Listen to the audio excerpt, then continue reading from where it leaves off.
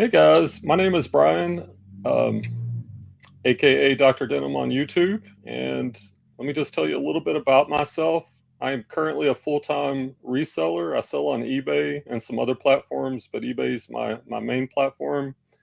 I went full-time into reselling in September of last year. Prior to that, I was a teacher for quite a while, and before that, I even did a few years as a police officer. Um, in the reselling niche, I like Kevin, we kind of talk about this, like how you kind of learn your reselling, your niche, or how you do things.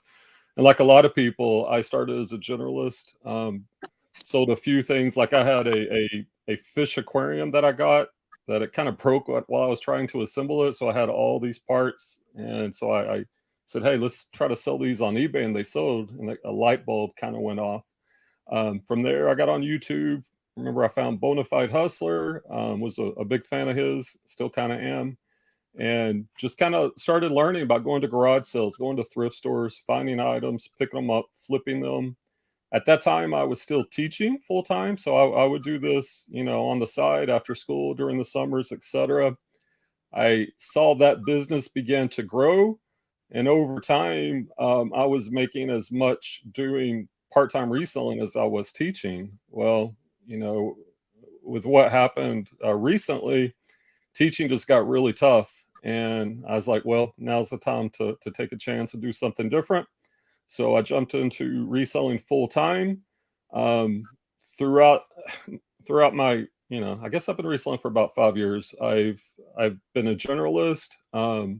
I've done garage sales, estate sales, thrift stores, storage auction units. Like I did a course with Wade's Venture, which I learned a lot. And I was just kind of doing everything and enjoying that. And I had always kind of watched Daily Refinement, his channel, Chris, and I joined his group last year. And around the fall of last year is when Chris and Tech and Sports kind of hooked up, as far as like a reselling team, and that they do have a paid group. Um, and I decided, to take a chance, join the group, and kind of have been implementing some things that Tech and Chris have preached, and it helped me basically triple my sales from a year ago till about now. And so that's kind Okay. of where I'm at currently. All right, guys. So today's title of the video is going to be how Doctor Denim makes $10,000 a month and gross sales on eBay. And right now, I think you're fluctuating. Last month, you did closer to 15,000, correct? And Correct. Brian has over 6,000 items active on eBay, and he primarily sells shoes and used clothing. Is that correct? That's correct. All right, cool. So today, guys, I took notes. So what we have today, we're going to be talking about Brian. He's going to be giving you guys his. This is not my top 10. This is Brian's top 10 tips and tricks to help you go from 0 to 10K a month and grow sales on eBay. So I'm going to kind of throw them up and lob them up in the air, and then I'll let Brian go down his list of top 10. So these are his top 10 tips to help you get to $10,000 a month and grow sales on eBay. So number 10, we have take good photos on eBay. So do you want to talk about that one real quick? Yeah, I think most people kind of know that one. You obviously, when somebody's buying your item, they can't touch it, they can't feel it, so they need to be able to see it. You need to be able to show your item. As far as clothing, the true color. Are there any flaws? Any problems like that? I used to be big into editing, trying to get that pure white background. I typically don't do that anymore. I do have a photo box, and I will put my phone camera settings on the pro settings, and be able to get good pictures with white backgrounds without having to edit. And the key to that is saving time, which allows me to get more listings up.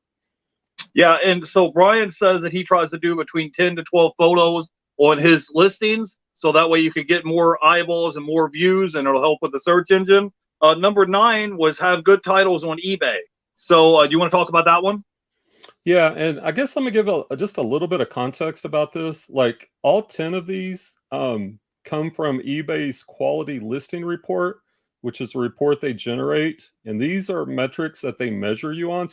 So these really aren't even necessarily what I recommend. These are things that eBay is rating you on. So if they're rating you on it, the better job you do with it, and you can see that in the quality listing report, it only makes sense that you're going to show up higher in the search rankings. But as far as titles, like eBay Open this year, they gave us the template that they want, that the buyers are searching for.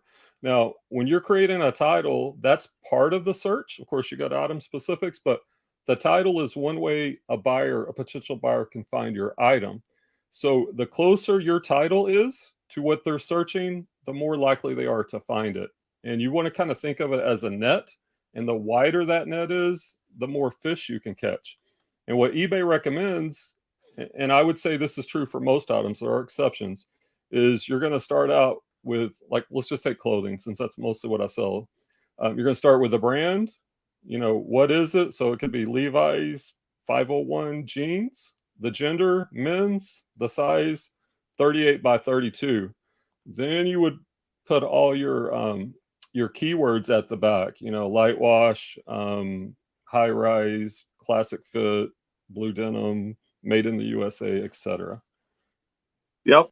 So the idea is so that way when someone goes on the eBay search engine, your items will pop up in the search. So if you don't put brand, the gender, size, and different keywords, they may not be able to find your item. So number 8 we have is correct category on eBay. So I know, like for me, I'll have an item that's maybe an audio book, and when I'll hit sell similar, somebody has it in the wrong category as a regular paperback book. So you got to kind of keep an eye on, make sure that things are in the correct category. You want to discuss this one real quick, number 8? Yeah, just real quick, and you're right, especially if you're selling similar off of someone else. I do think the goal is to build your store up where you can sell similar off your own listings, where you have less errors that could pop up. But on the category, like when you go into that category, eBay will give you like possible categories, and typically, if you have, sometimes there may only be one category, and that's a no-brainer. But sometimes there's 3 or 4, right? Like if you've got a Dallas Cowboys Nike jersey, right? That could be in multiple categories. It could be in the NFL. It could be in shirts. It could be in different things. So, like in that case, if it's pro sports merchandise, you typically want to put it in the NFL or whatever the pro sports league or the college sports league. But just Right. being aware of those categories is important. And sometimes, and I've seen this, like if you sell similar off of someone else, they will be in left field. They just got lucky, they sold it, but you are in the wrong category, and it could cause a lot of problems. Yep. And so number 7 is pay attention to item specifics on eBay. So you want to touch on that one real quick? Yeah, I know item specifics has been a big thing probably over the past year, and eBay keeps changing them. I know in toys and depending on your category, I think media too, some people are being affected more than others. And there used to be this misconception that you had to fill out every item specific. That's not necessarily the case.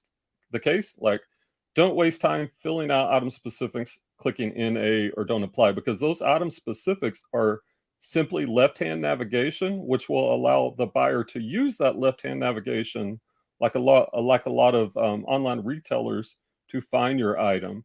Now, some of them are more important than others, and you do want to make sure they're correct, especially size, gender, things of that nature. But don't get lost in the weeds, feeling like you have to fill out every single one, because in my opinion, it's a balance of getting it correct, but also being efficient with your time.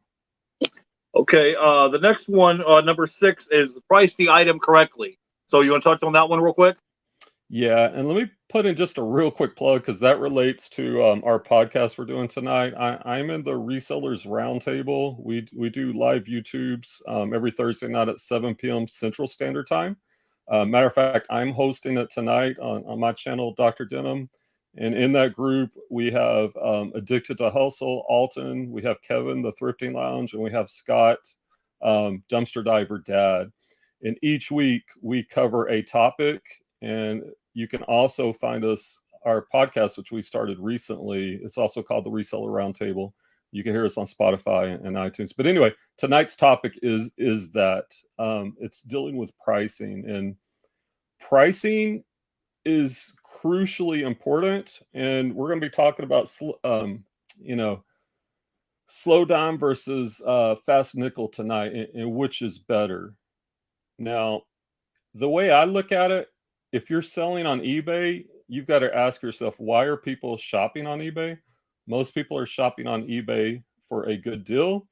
And when you're pricing your items, like for example, we talk about this in the morning call with Dave on Daily Refinement, and take J. Crew for example. I think there's like 80,000 items listed under J. Crew when we recently looked. And if you look at the overall sell-through rate, it's not very good. So a lot of people say, well, I don't want to pick up J. Crew. But if you dig into it a little bit deeper, you will see 80% of the people are priced too high. If you then narrow that search, I don't know, I think it's like under $25, then the sell-through rate becomes very attractive. So knowing what the eBay shopper is looking for, if you price your item, which obviously you've got to be able to get it at the right price to move it quickly, is beneficial. Of course, there's always exceptions. If you come across something rare, you don't want to sell it for $20. But if it's a pair of Banana Republic pants, like I just listed, I'll take $15 or $20 because I'm getting them for $2 or $3. And if I can do that over time, it will lead to a lot more sales. Okay, awesome. Number 5 was returns. You said that you offer free returns on your eBay store. So could you touch on that one real quick? Yeah, this is another thing that generates a lot of conversation. A lot of it relates to returns, right? And I actually made a video on this. Like sometimes if you select, you don't offer free returns, it's buyer returns, or you don't even accept returns at all. We know that a customer can make up a reason that's not true, and they can force that return. eBay's going to side with them, and that return is going to come back either way. If you offer free returns, number one, you're going to show up higher in search rankings, so it's going to lead to more sales. And then number two, like I don't take returns personally anymore. It took me a long time to get here, but like I've got one out right now. Even though I do offer free returns, the buyer in his comments, he said item doesn't fit. In his reason, he put item not as described, which obviously is not true. I didn't get worked up on it. So he got the return label. When that comes in, I'm going to report that buyer, because I mean, obviously what he says in his own words did not match up with the reason. Plus I've got pictures of the size tag, I've got measurements.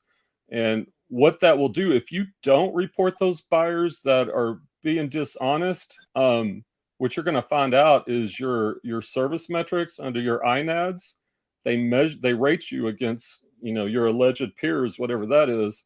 And if that gets in a very high metric, you can get hit with a 5% penalty. And I actually had that happen about 6-7 months ago, before I learned what I'm telling you now.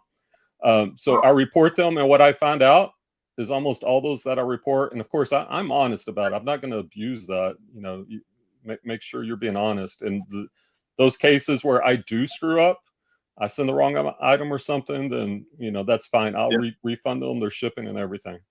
Right. Yeah, I'm with you. I offer 60-day free returns as well. And also, if you get a negative feedback and you offer free returns, usually 9 times out of 10, eBay is going to side with you and get that negative feedback removed. So the next one you had, number 4, I'm trying to finish up these last 4 kind of quickly. Number 4 was shipping. You said that you offer same-day shipping or one-day shipping, and that's to kind of help get top-rated sellers. So do you want to touch on that one real quick? Yeah, just real quick. Same thing. Top-rated seller, higher search placement, if you can do it. I do set my cutoff time at 6 a.m. So technically I'm same day, but it's really early. So it's the best of both scenarios in my case. Okay, cool. The next one is promoted listings.